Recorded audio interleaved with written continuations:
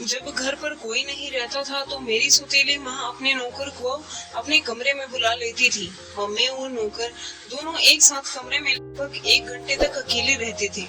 यह बात मुझे कुछ ठीक नहीं लगी। एक दिन जब मेरी सौतेली माँ कमरे से बाहर आई तो मैंने उनसे कहा, मम्मी यह आप गलत कर रही हो। सौतेली माँ बोली, क्या मतलब है तेरा? मैंने कहा, तुम और नौकर दोनों एक साथ कमरे में जो रंग रलियां मनाते हो, मुझे सब पता है। अगर यह बात पापा को पता चल गई तो वह आपको घर से निकाल देंगे। मम्मी बोली, इसमें गलत क्या है? जब तुम्हारे पापा का ठीक से काम नहीं करता तो जिसके साथ मेरा मन करेगा मैं उसके साथ करूंगी। और वैसे भी ऐसा करने में मुझे बहुत ज्यादा गर्व महसूस होता है। मैंने कहा, मम्मी तुम्हारी जो मर्जी वो करो, लेकिन अगर यह बात पापा को पता चल जाएगा तो बहुत गलत होगा। भाई लोग, मैं जानता था कि आखिर मेरी सौतेली माँ नौकर के साथ अकेले कमरे में दरवाजा बंद करके ऐसा कौन सा काम करती है जिसे करने में उनको गर्व महसूस होता है। ऐसे ही कुछ दिन बीत गए।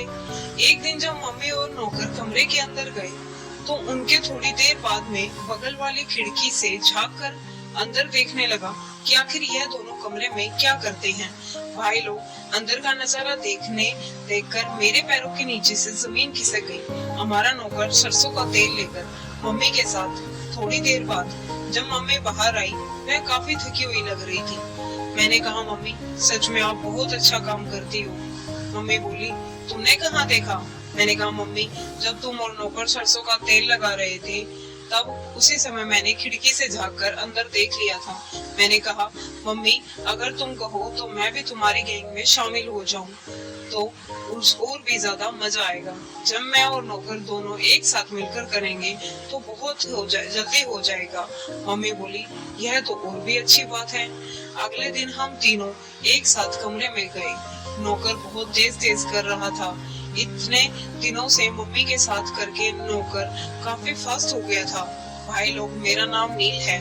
मैं 19 साल का हूँ। मेरे पापा दिल्ली में रहते हैं और मैं भी उन्हीं के साथ इनके घर पर रहता हूँ। भाई लोग, मुझे यहाँ आए अभी कुछ ही दिन हुए थे। पहले मैं गांव में रहता था अपनी मम्मी के पास।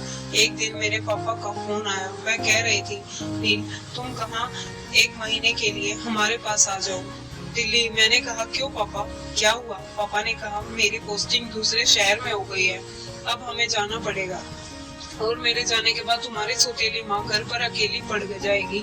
मैंने कहा, ठीक है पापा, मैं कल सुबह आ जाऊंगा। भाई लोग, मैं आपसे बताना भूल गया कि मेरे पापा ने 2 शादियां की थी।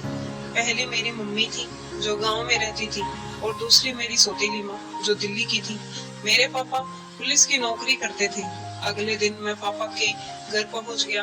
मेरी सौतेली माँ मिली। मैंने कहा, मम्मी पापा कहाँ हैं? मैं बोली, तुम्हारे पापा सुबह ही दूसरे शहर निकल गए। भाई लोग, मैं अपनी सौतेली माँ से ज्यादा बात नहीं करता था क्योंकि मेरे पापा ने यही दिल्ली से ही लव मैरिज किया था। आज मैं पहली बार अपनी सौतेली माँ को देख रहा हूँ। लेकिन कुछ भी हो, मेरी सौतेली माँ बहुत खूबसूरत है। मेरे पापा ने घर के काम काज के लिए एक नौकर भी रखा था।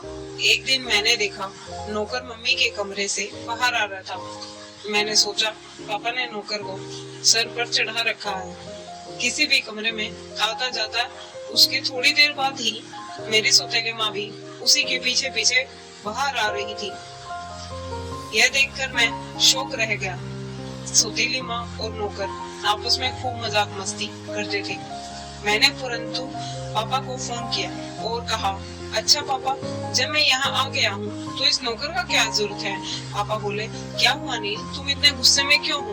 मैंने कहा, पापा वो नौकर मम्मी से हमेशा चिपका क्यों रहता है? यहाँ तक कि वह मम्मी के साथ उनके रूम में भी चला जाता है। पापा ने कहा, वह तुम्हारी मम्मी के मायके में रहता था। जब मैं तुम्हारी मम्मी से शादी करके यहाँ ला रहा था तो वह भी हमारे साथ आ गया था। वो सीधा आदमी है, तुम टेंशन मत लो। मैंने कहा, ठीक है पापा, और फोन रख दिया। एक दिन मम्मी मुझसे बोली, नील नौकर मार्केट जा रहा है, तुम भी उसी के साथ चले जाओ, थोड़ा सामान लाना है। मैं भी नौकर के साथ चला गया। उसने 10 किलो गाजर और 10 किलो आम लिया। फिर हम वापस घर आ गए। मेरी मम्मी से कहा, मम्मी इतनी सारी गाजर और इतने सारे आम का क्या काम? तो मम्मी बोली, अभी नहीं, समय आने पर तुम्हें सब पता चल जाएगा। अब मैं भी अपनी सौतेली माँ के आगे पीछे घूमने लगा। मुझे धीरे धीरे यहाँ 1-2 महीना होने वाले थे। मैं सुबह सोकर उठा, मैंने देखा नौकर और मेरी सौतेली माँ दोनों आपस में कुछ बातें कर रही हैं। मैं दीवार के पीछे से छुपकर उनकी बातें सुनने लगा। नौकर बोल रहा था, मैडम इस बार सरसों का तेल थोड़ा ज्यादा इस्तेमाल करेंगे, तब और भी अच्छा लगेगा। वो बड़ी अजीब सी बात कर रहा था।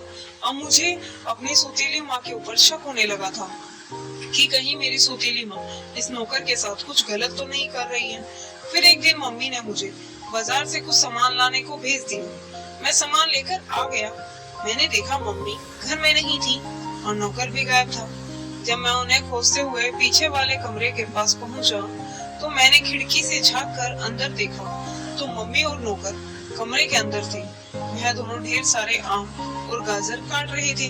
मम्मी दरवाजा खोली, मैं अंदर आया। मैंने कहा, मम्मी ये क्या कर रही हो? मम्मी बोली, हम लोग आम और गाजर का अचार बनाते हैं और यह नौकर उसे बाजार में बेचकर मुझे पैसे लाकर देता है। मैंने कहा, वाह मम्मी, यह तो बहुत सही दिमाग लगाया आपने। अगर मैं भी आप दोनों के साथ मिलकर करूं और जल्दी काम होगा। फिर मैं भी अपनी सौतेली माँ के साथ मिलकर उनकी हेल्प करने लगा।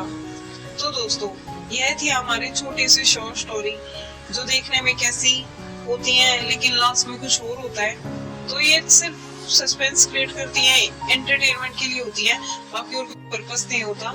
अगर आपको हमारी स्टोरी अच्छी लगी तो प्लीज लाइक करें, वीडियो को इग्नोर ना करें। Thank you so much. मिलते हैं कल एक नई कहानी में। तब तक के लिए धन्यवाद।